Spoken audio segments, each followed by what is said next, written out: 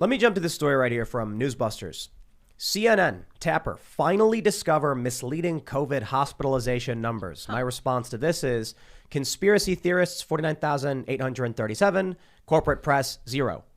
This is something that, independent media has talked about for some time. It's something that the quote unquote conspiracy theorists have been saying for some time, that there is a difference between being hospitalized with COVID, meaning you went there for some reason, it turns out you had COVID, and being hospitalized from COVID.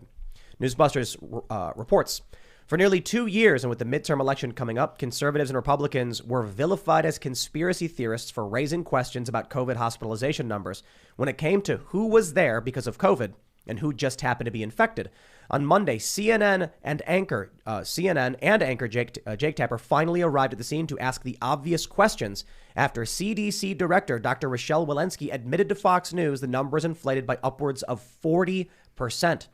Tapper prefaced his late revelation by prefacing to CNN's Dr. Sanjay Gupta that, quote, the case numbers aren't really as significant as hospitalizations because what's important is how sick people are getting.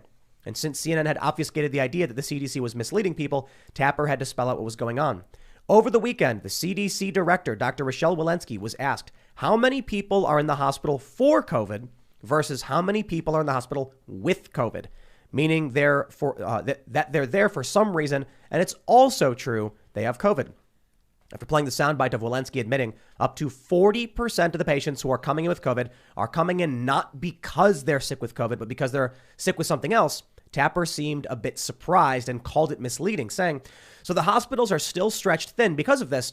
So I'm not trying to take away from that. But if 40% in some hospitals, 40% of the people who have COVID don't necessarily have problematic COVID, they're there because they got in a car accident. They're there because, they bumped their head and they're being included as in the hospital with COVID. That number seems kind of misleading.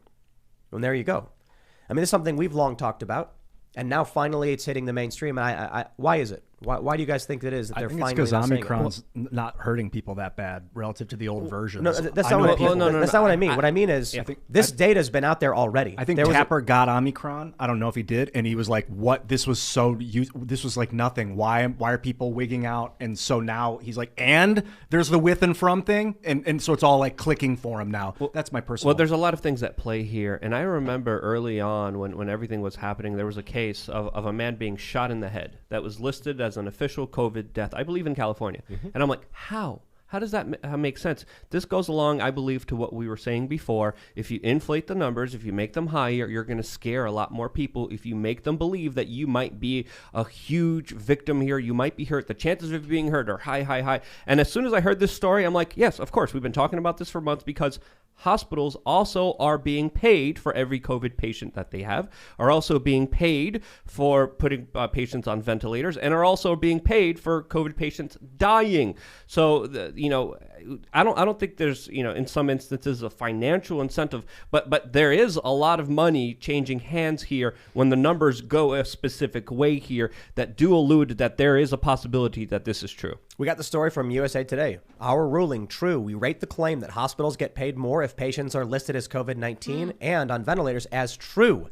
Hospitals and doctors do get paid more for Medicare patients diagnosed with COVID-19 or if it's considered presumed they have COVID-19 absent a laboratory confirmed test, and 3 times more if the patients are placed on a ventilator to cover the cost of care and loss of business resulting from a shift in focus to treat COVID-19 cases. This is what people were saying all throughout the last year. If you go to the hospital, this is from April 27th, 2020. It's almost 2 years ago. USA Today told us this, and CNN's only now bringing it up.